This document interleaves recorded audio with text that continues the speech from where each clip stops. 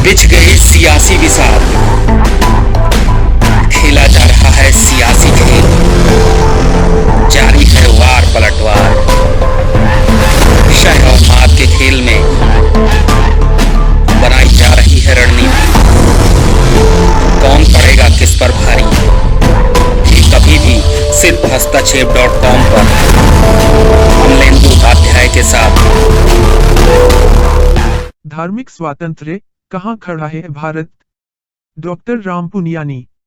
भारत अनेक धर्मों वाला बहुवादी देश है। हिंदू धर्म के मानने वालों का यहाँ बहुमत है, परंतु इस्लाम और ईसाई धर्म में आस्था रखने वालों की संख्या भी कम नहीं है। हमारे स्वाधीनता संग्राम के नेता सभी धर्मों को बराबरी का दर्जा देते थे, परंतु सांप्रदायिक ताकतें ईसाईयत और इस्लाम को विदेशी मानती थीं। पिछले कुछ समय से सभी धर्मावलंबियों पर हिंदू का लेबल चस्पा करने का फैशन चल पड़ा है। ईसाईयत और इस्लाम के बारे में सांप्रदायिक ताकतों का नजरिया बदलता रहा है। जहां आरएसएस के द्वितीय सरसंघचालक एम.एस. गोलवलकर उन्हें हिंदू राष्ट्र का आतंरिक शत्रु बताते थे, वहीं बाद के कुछ हिंदुत्व विचारकों ने मुसलमानों और ईसाइयों को हिंदू बताते हुए इस शब्द को भौगोलिक अर्थ देने का प्रयास किया। भाजपा के डॉ मुरली मनोहर जोशी मुसलमानों के लिए अहमदिया हिंदू और ईसाइयों के लिए क्रिस्टी हिंदू शब्द का इस्तेमाल करते थे। संघ के वर्तमान प्रमुख मोहन भागवत ने कई मौकों पर कहा है कि हिंदुस्तान के सभी निवासी हिंदू हैं। दरअसल ये सारी बातें हवाई हैं। सच यह है कि मुसलमानों और ईसाइयों को हमारे देश में न केवल विदेशी धर्मों का अनुयायी माना जाता है, वरन उनके खिलाफ नफरत भी फैलाई जाती है। इतिहास की चुनिंदा घटनाओं के हवाले से उनके बारे में गलत धारणाएं फैलाकर इन दोनों धर्मों के लोगों को घृणा का पात्र बनाया जा रहा है। भारत का संविधान हमारे स्वाधीनता संग्राम से उपजा है। यह हमारे गणतंत्र की नींव है और हमारे प्रजातांत्रिक मूल्यों का रक्षक है। संविधान के अनुच्छेद 25 से 28 में धार्मिक स्वतंत्रता के अधिकार से संबंधित प्रावधानों का वर्णन है। हम सबको अपने अपने धर्मों में आस्था रखने, उनका आचरण करने और उनका प्रसार करने का मूल अधिकार है। जिस तरह नागरिकों को अपनी पसंद के धर्म में आस्था रखने का अधिकार है, उसी तरह उन्हें किसी भी धर्म में आस्था न रखने का अधिकार भी है। अर्थात वे नास्तिक या अनीश्वरवादी भी हो सकते हैं। हमारा संविधान देश के सभी नागरिकों के धार्मिक स्वतंत्रता के अधिकार की गारंटी देता है, परंतु व्यावहारिक धरातल पर पिछले कुछ सालों से देश में धार्मिक स्वतंत्रता का अधिकार कमजोर पड़ा है। देश के 28 में से 9 राज्यों में धर्म परिवर्तन निषेध कानून लागू कर दिए गए हैं। मुंबई, गुजरात और मुजफ्फरनगर में हुए भयावह सांप्रदायिक दंगों की याद हम सबके दिमाग में आज भी एक दुखद स्मृति के तौर पर जिंदा है। पास्टर ग्राहम स्टेन्स की हत्या और कंधमाल हिंसा को क्या हम भूल सकते हैं? हाल में दिल्ली में हुए दंगों में लगभग 52 व्यक्ति मारे गए। इनमें से अधिकांश निर्दोष थे। इनमें से 3/4 मुसलमान थे। देश के अलग अलग भागों में समय समय पर ईसाई विरोधी हिंसा होती रहती है। इस तरह की घटनाओं में हाल के वर्षों में वृद्धि हुई है। कुछ संस्थाएं और व्यक्ति सांप्रदायिक घटनाओं का लेखा जोखा रखते हैं।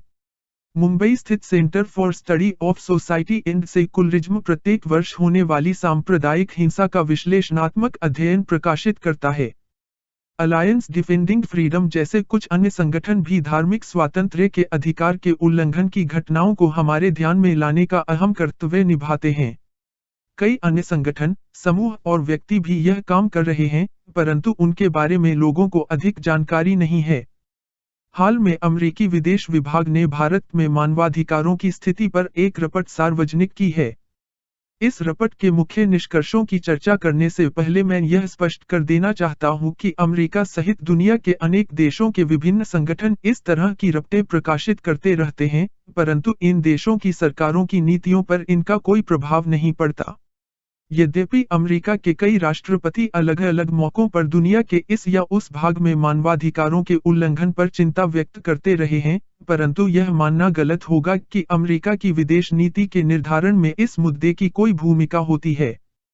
मानवाधिकार उल्लंघन के चंद ही मामलों में अमेरिका की सरकार ने कार्यवाही की है, जैसे गुजरात कत्लेआम के बाद 2002 में अमेरिका ने नरेंद्र मोदी को वीजा देने से इनकार कर दिया था।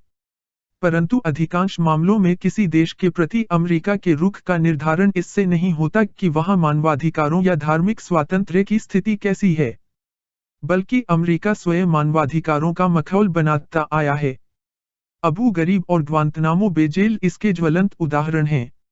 अतः अमेरिकी संगठनों द्वारा जारी इस तरह की रपटों को कितना महत्व दिया जाए, इस बारे में अलग अलग राय है। परंतु मोटे तौर पर ये रपटें संबंधित देश की स्थिति का वर्णन तो करती हैं और मानवाधिकारों की रक्षा के लिए काम करने वाले संगठनों को दिशा भी देती है। अमेरिकी विदेश विभाग के अंतर्राष्ट्रीय धार्मिक स्वातंत्र्य कार्यालय ने 10 जून को जारी वर्ष 2019 की अपनी रिपोर्ट में भारत में धार्मिक स्वातंत्र्य के अधिकार के उल्लंघन की घटनाओं का वर्णन किया है। यह रिपोर्ट भारत में अल्पसंख्यकों की स्थिति पर विस्तार से और व्यवस्थित ढंग से प्रकाश डालती है। रिपोर्ट में मुसलमानों, ईसाइयों और दलितों को भारत में पेश आने वाली परेशानियों का विवरण दिया गया है, विशेषकर धर्म से जुड़ी हत्याओं, हिंसक हमलों, भेदभाव और लूटपाट का रिपोर्ट में भारत के गृह मंत्रालय के आंकड़े दिए गए हैं, जिनके अनुसार 2008 से 2017 के बीच देश में सांप्रदायिक हिंसा की 7484 घटनाएं हुई, जिनमें 100 लोग मारे गए। रिपोर्ट में मुसलमानों, ईसाइयों और दलितों की लिंचिंग की दिल दहलाने वाली घटनाओं का विवरण दिया गया है। लिंचिंग की घटनाएं अपने आप में नृशंस हैं, परंतु अंतर्राष्ट्रीय समुदाय के लिए इससे भी अधिक चिंताजनक है वह भड़काऊ प्रचार जो मुख्य धारा के विमर्श का हिस्सा बन गया है। रिपोर्ट कहती है, ओपन डोर सहित कई अन्य जाने माने संगठन देश में ईसाइयों की सुरक्षा की स्थिति की ओर दुनिया का ध्यान आकर्षित करते रहे हैं। वर्तमान सत्ताधारी दल के 2014 में सत्ता संभालने के बाद से ईसाइयों के खिलाफ हिंसा की घटनाएं बढ़ी हैं। हिंदू अतिवादी अक्सर ईसाइयों पर हमले करते हैं और उनका कुछ नहीं बिगड़ता। अमेरिकी विदेश विभाग का एक दल हालात को गहराई से समझने के लिए भारत का दौरा करना चाहता था, परंतु उसे इस आधार पर वीजा नहीं दिया गया कि भारत इन मामलों में बाहरी तत्वों की सोच को महत्व नहीं देता। आज की वैश्वीकरित दुनिया में क्या ऐसा संभव है? हम अपनी कमियों और भूलों को आखिर कब तक पर्दे के पीछे छुपाए रख सकते हैं? अगर हमारे पास छुपाने के लिए कुछ नहीं है, तो हमें इस तरह के संगठनों का स्वागत करना चाहिए और उनसे सीखना चाहिए। यह भी महत्वपूर्ण है कि धार्मिक स्वातंत्र्य के अधिकार का उल्लंघन हमारे संविधान का उल्लंघन भी है। हमारे संविधान के अनुसार धार्मिक स्वातंत्र्य की रक्षा करना राज्य का कर्तव्य है। सांप्रदायिकता के बढ़ते कदमों का नतीजा यह है कि जो लोग धार्मिक अल्पसंख्यकों को निशाना बनाने हैं, उन पर कोई कार्यवाही नहीं होती। हमें एक मानवीय भारत की जरूरत है, जिसमें विविधता को केवल सहन न किया जाए वरन उसका उत्सव मनाया जाए।